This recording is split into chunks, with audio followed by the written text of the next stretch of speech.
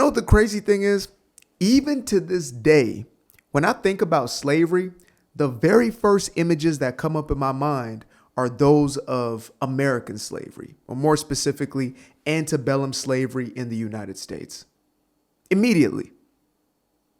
And the crazy thing is, I have done extensive amounts of research in this specific space, this specific, subject, and I've come to the conclusion that almost every group of people, well, if you were to look at modern man, almost every group of people alive today at some point in their history were either enslaved or slavers, one of the two. And in many cases, you were likely both, right? You go back into your ancestry, you will find a little bit of both of those. Now, the reason I believe that we have these images of, antebellum slavery coming up probably 9 times out of 10, if not all 10 out of 10, when we think about slavery is because, well, that's exactly what we've been conditioned to believe. We've been trained, we've been essentially programmed to see slavery as being something that was almost conjured up and created by the white man, or more specifically by the Westerner, the Anglo-Saxon Aryan Westerner, right? The Caucasian of sorts, as if the Ottomans were not one of the biggest slavers or greatest slavers in history, as if, the Arabs were not slavers amongst slavers, they were not the ultimate colonizers. But again, it takes for us to, be exposed to new information and to emotionalize that information, to really realize the reality of these things in order for them to seep in. And so today I wanted to take a moment to get into, a slave trade that is oftentimes not spoken of, a piece of history that is almost neglected, especially in this day and age when it's all about, quote unquote, protecting black and brown people and villainizing, quote unquote, white people. We're about to get into the reality of the Islamic slave trade, or slavery within Islam, which in many respects has not actually ended yet. And this isn't according to me. This is according to some of their very own leaders, their imams, etc. So let's go ahead and get into it, shall we? I'm talking about, for example, slavery. And the fact that Islamic slavery was far worse than anything that happened in the West. The Atlantic slave trade, the Islamic slavery, they shipped 17 million, the top figure. Arabs shipped 17 million black Africans to the Middle East, to the Ottoman Empire, to Arabia, and further afield.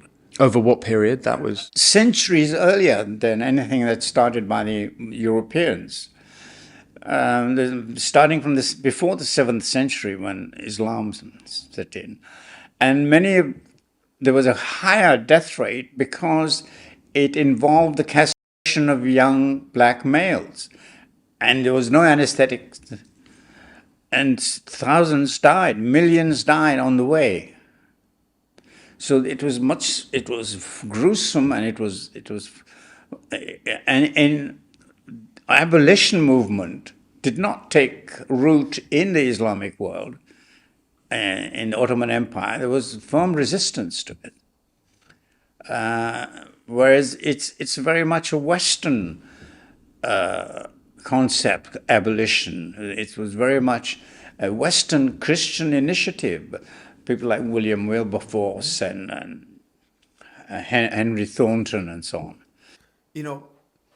Unless you do your own independent studies and research, or you happen to, come up in a time where it wasn't such a quote unquote liberal progressive agenda, you may not know that the Western world was the only ideological framework that looked towards the abolition of slavery, right? It's not to say that it's the only place that slavery was eventually ended, but it's to say that this idea of abolition, and this is according to the research of Dr. Thomas Sowell, slavery was weaned out in some areas, right? Over a long period of time, it was something that was eventually, I guess, either dwindled in numbers or became more taboo or whatever it may be. In the Western world, there was an abolition movement, meaning there was a war against slavery.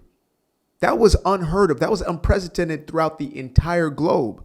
When the Europeans, more specifically the British, came back to the coast of Africa and stated that they would no longer be engaging in the slave trade. As a matter of fact, they weren't willing to do business with these African slavers because, that's who was selling these individuals off. That's who was selling these people off to be slaves, or essentially to continue to be slaves to whether it was Arabs or Europeans, etc. It was African slavers. For some reason, when you bring that up, it always gets pushed to the side as if it was different, right? Because it was a black man doing it, it couldn't have been as offensive as if the white man or the brown man or any other man was doing it. But anyway, I digress. So you have the idea of abolition coming from the Western world, right? Spanning from, England all the way into the New World, now known as the United States of America. And as early as the George Washingtons of the world, as much as these individuals are being slandered today, George Washington believed in the abolition of slavery, but he had slaves himself. Well, unfortunately, many people were born into the customs of their times. But if you're to look into their actual life stories, as opposed to demonizing them because they're the white man, you will come to realize that some of these ideas they were looking to push early, but some of the ideas just hadn't had their time yet. But when it was time, one of the bloodiest wars in American history, 600,000 men dead on the basis of this one subject. That is a rarity throughout the entire modern world, let alone the ancient world where nobody would have thought of such a thing. It was foolish. I mean, this is what we did. We would, pillage and do the now unthinkable, taking people as captives, taking women and children as slaves and, slaughtering the rest of the men, etc. This is history. It's ugly sometimes. It's dark. It's seemingly twisted, but it was happening everywhere. And that's not to make it right. And it's not to justify antebellum slavery or any other form of it. It's just to say that, look, this rendition and version we got is not some unique experience. And therefore, continuing to carry that idea as the reason why, black or quote unquote brown people are in the place that they are today is disingenuous. It's disingenuous because that means everybody and their ancestral lineage would have been impacted in the same way. But when we look at the statistics, it's not the same outcomes for everybody because not everybody made the same cultural choices. So let us continue. The Quakers especially, but it did not resonate with the Islamic world. We'll come back to your point about why you feel inhibited from speaking today, but I kind of want to explore this history because I think some listeners and viewers might not really have a very good understanding of Islamic history necessarily, and we can go all the way to Muhammad, and maybe we'll come to that later, but seeing as we're on slavery, it seems to me that post-Muhammad, up until the slave trade and beyond, it's a very bloody history. And if you look at the Islamic wars moving from the Arabian Peninsula and or the Islamic, colonialist imperial project, all the way to India, where 110 million Mughals, am I got that right, were killed, i.e. the biggest genocide in human history. 110 million Sikhs were killed under the Mughal Empire. Can you paint a bit of a picture that for people who don't necessarily know Islam history? The traditional dates to start the Islamic Empire began really at the death of the Prophet Muhammad. It was 632 AD after Christ. And it spread very, very quickly to North Africa, then the Byzantine Empire. And FYI, it did not spread through pamphlets and goodwill. We'll just say that. Islam made its way across the globe pretty much through one form. Now, y'all can probably assume what that form was. Again, it was not meet and greets and missionaries. It was slowly taken over.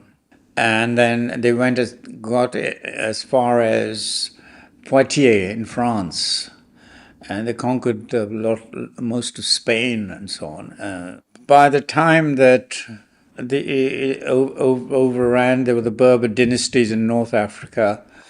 And then they arrived at the gates of India also in the 8th century with Mahmud of Ghazni and so on. And then later on, the Mughals didn't arrive until late 15th century. But soon, they were overrunning most of what used to be the classical world, Rome and Greece and so on. I made a mistake earlier. It was actually the Hindus as well as the Sikhs. I didn't, but sorry, in India. But forgive me.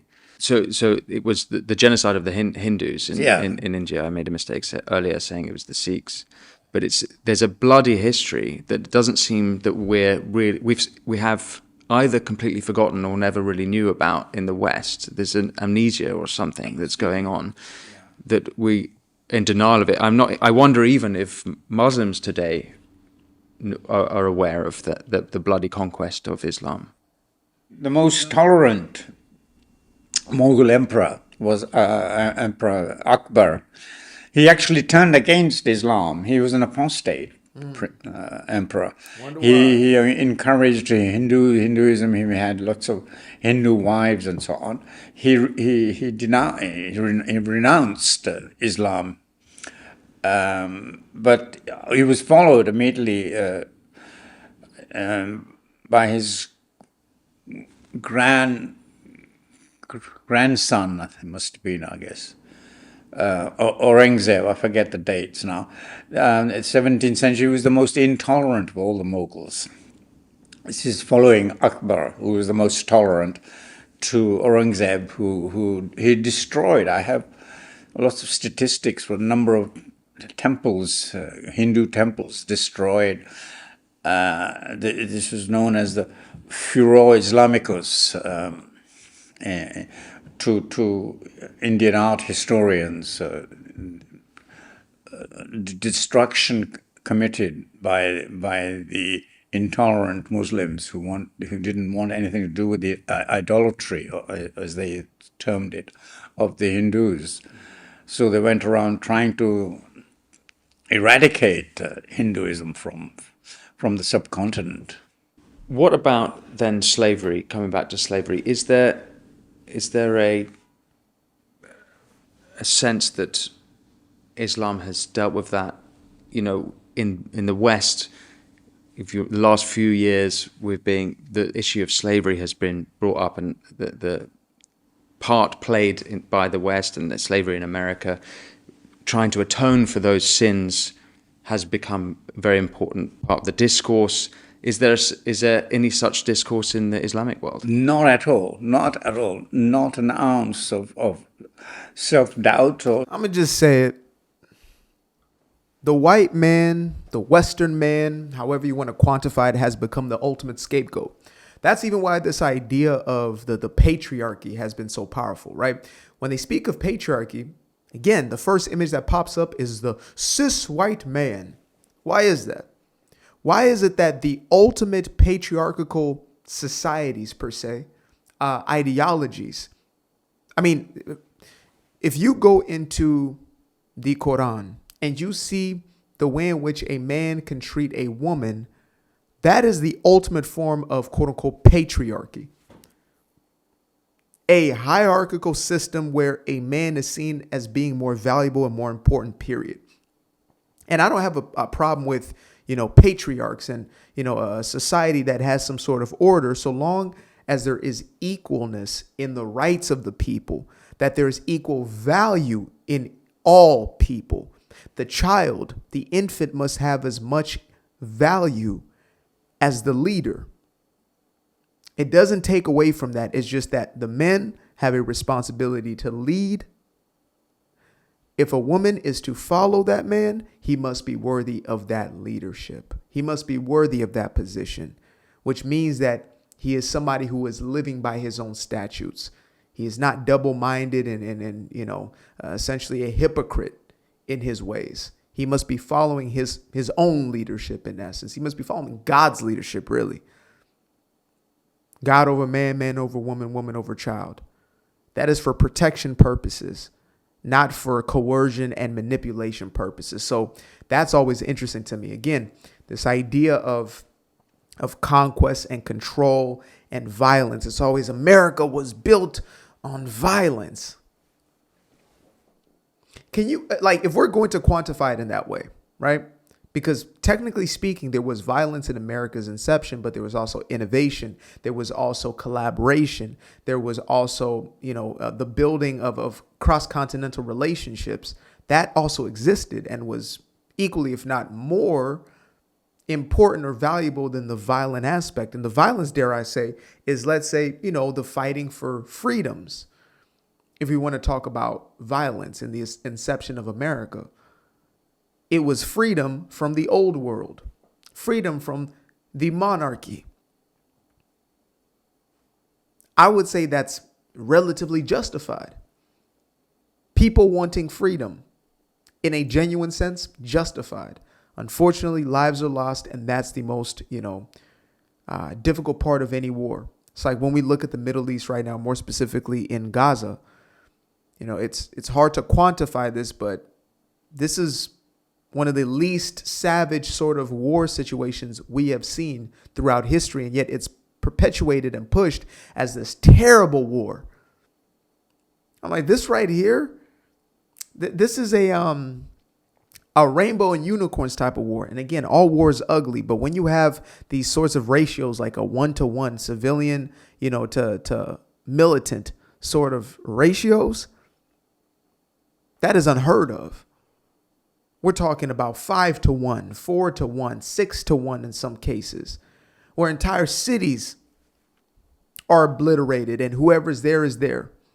We might have gotten 1% of the militia, but it got the point across. War can be savage.